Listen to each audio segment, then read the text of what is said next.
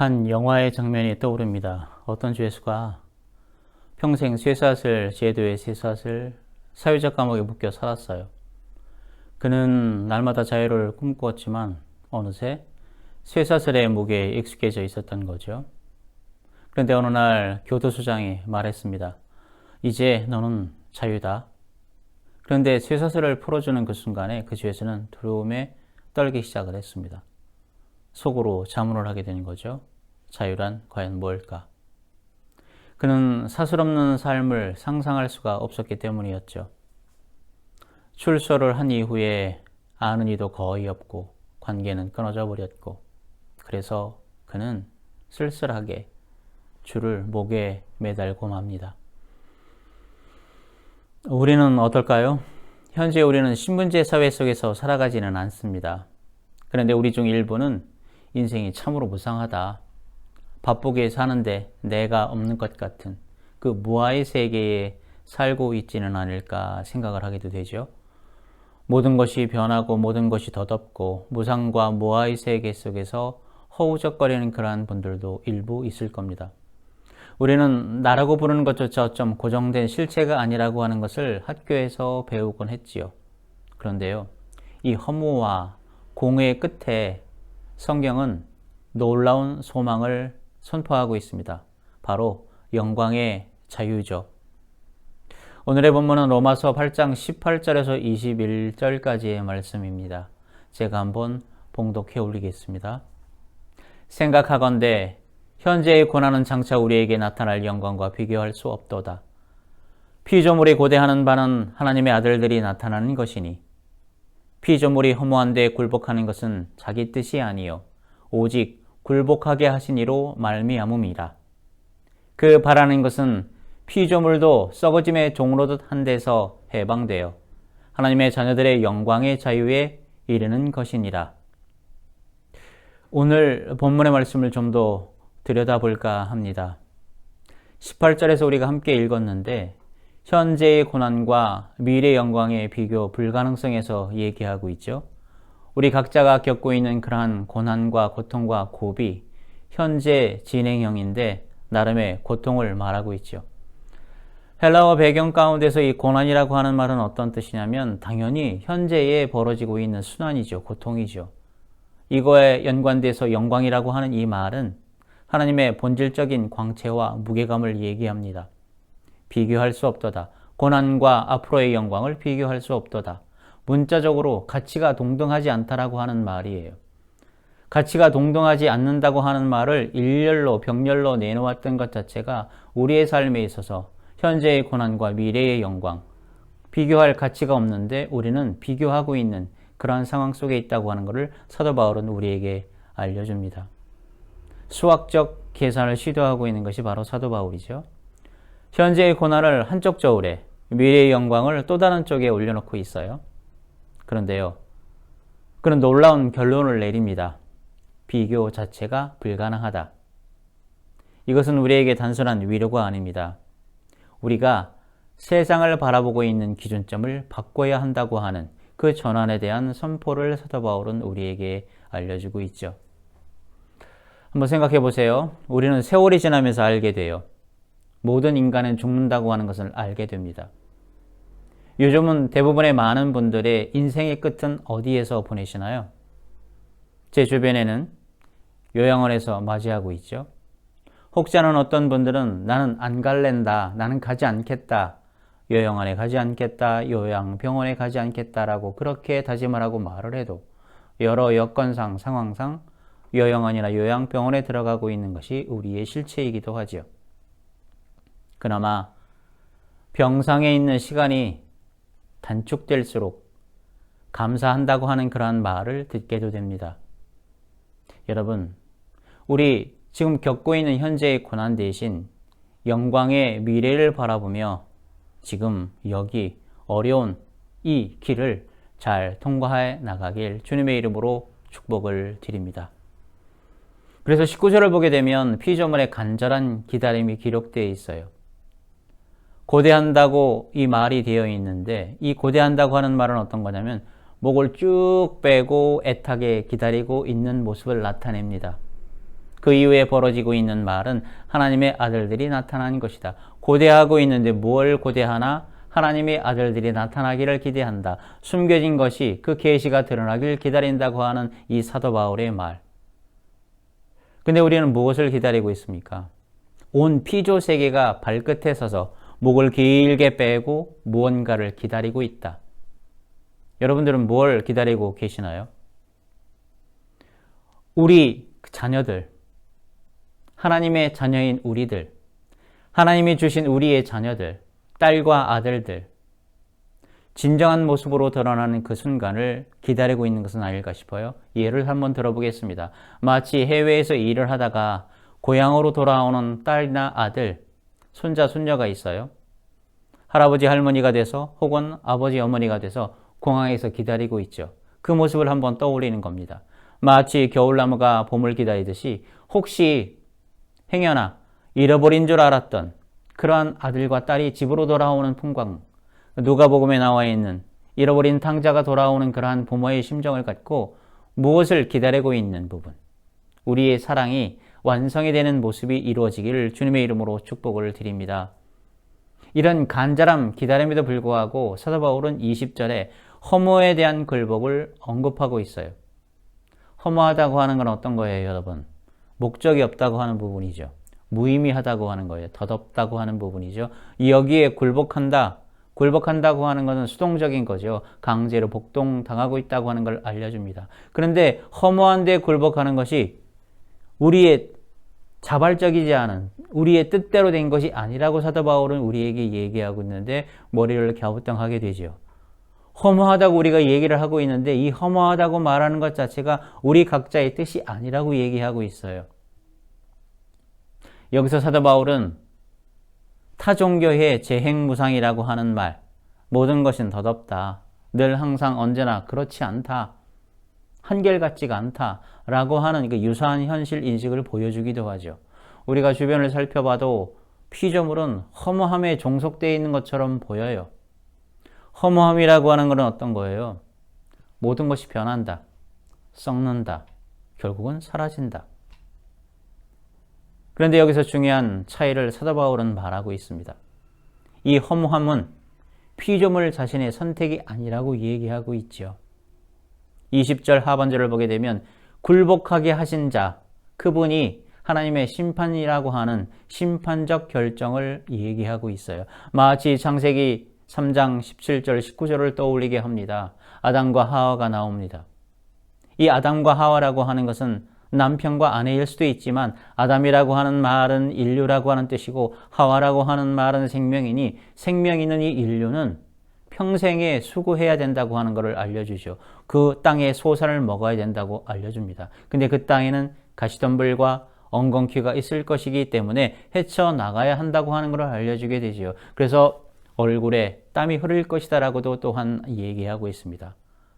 흙에서 왔기에 흙으로 돌아갈 때까지 계속해서 얼굴에 땀이 나도록 또한 소산, 먹을 것을 얻기 위해서 힘을 써야 된다고 하는 것, 고난이 있을 거고 고통이 있을 거고 고비가 있을 거고 어려움이 있을 거라고 하는 것을 우리에게 알려주는, 그것을 회상하게 하는 그러한 오늘의 말씀이기도 하지요.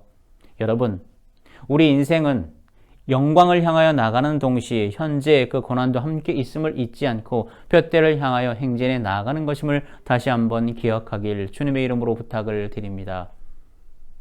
그러면서 사도 바울은 여기서 끝나는 게 아니라 우리를 21절로 이끌어 나가요. 영광의 자유를 지향하는 그런 해방으로 인도하고 있죠. 썩어짐의 종로로 산다고 하는 것은 부패와 죽음의 노예 상태를 얘기합니다. 해방된다고 하는 것은 앞으로 그렇게 완전하게 자유롭게 된다고 하는 미래적인 부분에 있어서의 그러한 부분을 얘기하고 있죠. 거기에서 영광의 자유를 얻을 것이다. 하나님의 영광에 참여하는 자유에 우리가 도달하게 된다고 하는 것을 우리에게 소망으로 안겨주는 사도 바울의 이 말. 여기서 우리는 복음을 보게 되죠. 일부에서는 어떤 사람들은 내가 없다, 자아가 없다, 열심히 일을 한 것 같긴 했는데 내게 없다라고 하는 그런 것을 말하기도 하고 깨닫기도 하죠. 그래서 일부 종교에서는 집착에서 벗어나 자유하라고 설파하기도 하죠. 그런데 사도 바울은 여기에서 한 발 더 나아가고 있습니다. 썩어짐의 종로들에서 해방되어 영광의 좌우로 들어가라고 선포하죠. 이 말은 예수 그리스도의 만남을 얘기하고 있습니다. 단순히 없음으로의 해방이 아니라 충만으로 그 영광으로의 해방을 얘기하고 있는 이 사도 바울의 말을 다시 한번 귀담아 듣는 저와 여러분이 되길 주님의 이름으로 축복을 드립니다. 그런데 영광의 자유라고 하는 것은 뭘까요? 이것은 단순한 자유의 영광이 아닙니다. 영광 자체가 곧 자유의 본질임을 의미하고 있죠. 이것은 변화산 체험을 우리에게 보여주고 있습니다. 변화산. 하나님의 영광에 참여함으로써 얻는 자유, 썩어지는 것, 죽는 것, 험으로부터의 완전한 해방, 하나님의 자녀로서의 정체성 완성, 피조물 전체와 함께 누리는 우주적 회복을 얘기하고 있죠. 우리 한번 변화산 체험을 떠올려 보면 좋을 것 같아요. 기도할 때 변화하는 모습을 보게 됩니다. 구름 속에 하나님의 말씀을 들을 때 벼가 변화한다고 하는 것 또한 깨닫길 원합니다. 근데 결국은 예수만 보이더라라고 하는 예수 그리스도가 보일 때 변화한다고 하는 것을 얘기하고 있는 변화산 체험. 사도 바울은 이 변화산 체험을 십자가의 사건으로 확장해서 갈라디아서 2장 20절에 얘기하고 있죠. 허무함을 극복하는 영광의 자유를 이와 같이 말하고 되어 있습니다. 갈라디아서 2장 20절에는 이렇게 기록되어 있습니다. 내가 그리스도와 함께 십자가에 못 박혔나니 내 안에 그리스도께서 사시는 것이 아니라 이제 내가 육체 가운데 사는 것은 나를 사랑하사 나를 위하여 자기 자신을 버리신 하나님의 아들을 믿는 믿음 안에서 사는 것이라. 그러면서 로마 교인들에게는 로마서 1장 16절 17절에 이와 같이 선포도 하고 있죠. 내가 복음을 부끄러워하지 아니한다. 이 복음은 모든 믿는 자에게 구원을 주시는 하나님의 능력이 됨이라. 먼저 유대인에게요, 그리고 헬라인에게로다. 복음에는 하나님의 의가 나타나서 믿음으로 믿음에 이르게 하나니 기록된 바 오직 의는 믿음으로 말미암아 살리라 함과 같으니라. 자, 여러분, 이제 듣는 것을 멈추고 함께 질문해 보면 어떨까 싶습니다. 첫 번째 질문인데요. 여러분이 지금 경험하고 있는 덧없음의 그 현실은 어떤 겁니까? 한번 잠시 눈을 감고 생각해 보십시오. 혹시 어떤 관계가 변했습니까? 부모와 자식 간의 관계가 변했는지, 형제 자매 간의 관계가 변했는지, 선배 후배 간의 관계가 변했는지, 아니면 동료 간의 관계가 변했는지 한번 생각해 보시는 거예요. 또한 여러분이 갖고 있었던 어떤 꿈이 사라졌습니까? 아니면 어떤 확신이 흔들렸습니까? 내가 과연 누구인지 확실히 알고 계십니까? 두 번째 질문인데, 여러분은 지금 무엇의 종로서를 하고 있습니까? 로마서 8장 21절은 말하죠. 썩어짐의 종로서를 하고 있다. 현대적으로 말을 바꿔보게 되면 성공의 종로서를 하고 있는 것은 아닌가? 우리는 혹시 끝없는 성취욕에 빠져 있는 것은 아닌가? 타인의 시선 가운데서 인정의 종로를 하고 있는 것은 아닌가? 미래가 불안하여서 두려움의 종로를 하고 있는 것은 아닌가? 어떤 것을 갖고 싶어서 소유에 대한 집착으로 물질의 종로릇을 하고 있는 것은 아닌가? 심지어 율법주의에 빠져 종교의 종로릇을 하고 있는 것은 아닌지 한번 자문해 보길 원합니다. 또한 세 번째 질문이 있어요. 영광의 자유를 상상할 수 있겠습니까, 여러분? 솔직히 말해서 오늘 말씀의 도입부의 죄수처럼 자유를 두려워하고 있는 것은 아닐까요? 죽음이 없는 세계를 상상할 수 있어요? 경쟁 없는 공동체를 꿈꿀 수 있습니까? 썩지 않는 몸을 기대할 수 있습니까? 온 피조 세계가 함께 회복된다고 하는 것을 믿을 수가 있습니까? 우리 주변에 있는 모든 것들이 함께 회복된다고 하는 것을 믿을 수 있습니까? 아니면 그것이 너무 비현실적이어서 우리는 쇠사슬에 익숙해지는 것은 아닐까요? 오히려 잡혀있는 것이 좋아, 묶여있는 것이 좋아, 자유를 주어도 능력이 없어서 할 수는 없을 것 같아 라고 하는 그러한 생각에 빠져 있는 것은 아닐까요? 네 번째 질문입니다. 피조물이 여러분을 기다리고 있다고 하는 것을 느끼고 계시나요? 로마서 8장 19절은 충격적인 진리를 얘기하고 있어요. 피조물이 하나님의 아들들, 즉 우리의 나타남을 기다리고 있대요. 우리 주변에 있는 피조물들이 우리를 기다리고 있대요. 우리가 하나님의 자녀로 완성되고 있는 것을 기다리고 있대요. 바로 우주적인 사건이죠. 우리의 변화가, 우리 각자의 변화가 피조 세계의 회복의 일부임을 기억하는 저와 여러분이 되기를 원합니다. 그래서 우리는 단순한 개인을 넘어서 이 세계의 일상의 드라마의 주인공임을 다시 한번 확인해 보는 거죠. 텔레비전에서, TV에서, 아니면 영화에서 여러 가지 우리가 보고 있는 것, 이것이 그들을 주인공을 바라보는 것이 아니라 우리가 일상 가운데서 주인공이라고 하는 것, 이것을 믿고 계시나요? 아니면 여러분은 여전히 나는 참 보잘것없는 인물이야, 존재야 라고 그런 가운데에 머물러 있습니까? 자, 이젠 오늘의 말씀을 일상 가운데서 적용해 보기를 원합니다. 적용 첫 번째인데요. 허무함을 부정하지 않는 일이에요. 통과하는 일이죠. 인생이 참으로 허무하다. 나는 없는 것 같다. 거짓이 아니죠. 생각해 보게 되면 인생은 참 덧없는 것 같아요. 나는 없는 것 같지요. 이게 바로 현재 피조 세계의 실제 상태죠. 그러므로 이를 부정하지 말기를 바랍니다. 사람들로 하여금 긍정적으로 생각해 봅시다라고 그렇게 제안하는 것은 현실적이지는 않죠. 소망을 갖는 것은 필요하긴 하지만 너무 쉬운 표현이죠. 현실을 직시하고 인정하는 일이 무엇보다도 중요하다고 하는 것 기억하길 주님의 이름으로 권면을 드립니다. 이 말은 상실함과 고통을 인정해 보자고 하는 거죠. 무상함 앞에서 정직하자고 하는 말이에요. 근데 문제는 거기에 머물러 있으면 안 됩니다. 머물지는 말아야 되죠. 허무함은 현재지만 최종 목적지가 아닙니다. 허무함은 지금 여기에 있긴 하지만 최종 목적지가 아니라고 하는 말. 그래서 로마서 8장 20절은 말하지요. 굴복하신 이로 말미암음이라. 하나님께서는 그 허물을 최종적인 답변으로 두지 않았다고 사도 바울은 우리에게 강력하게 말하고 있습니다. 그래서 구체적으로 실천해 보는 일이죠. 이번 주에 한 가지 우리 각자가 갖고 있었던 어떤 상실감을 하나님께 솔직히 고백해 보는 일입니다. 고백한 다음에 주님, 이것이 정말 전부입니까? 라고 물어보는 일이죠. 그리고 그렇게 물어본 다음에 로마서 8장 21절을 소리내어 읽는 일입니다. 웅얼웅얼 속에서 그렇게 묵상하는 걸 아니고 입 밖으로 그 말을 내는 거지요. 그 바라는 것은 피조물도 썩어짐의 종로한 데서 해방되어 하나님의 자녀의 영광의 자유에 이르는 것이다라고 하는 이 말을 큰 소리로 외치는 거죠. 적용 두 번째가 있습니다. 종로릇에서 벗어나는 연습을 한번 해보는 거예요.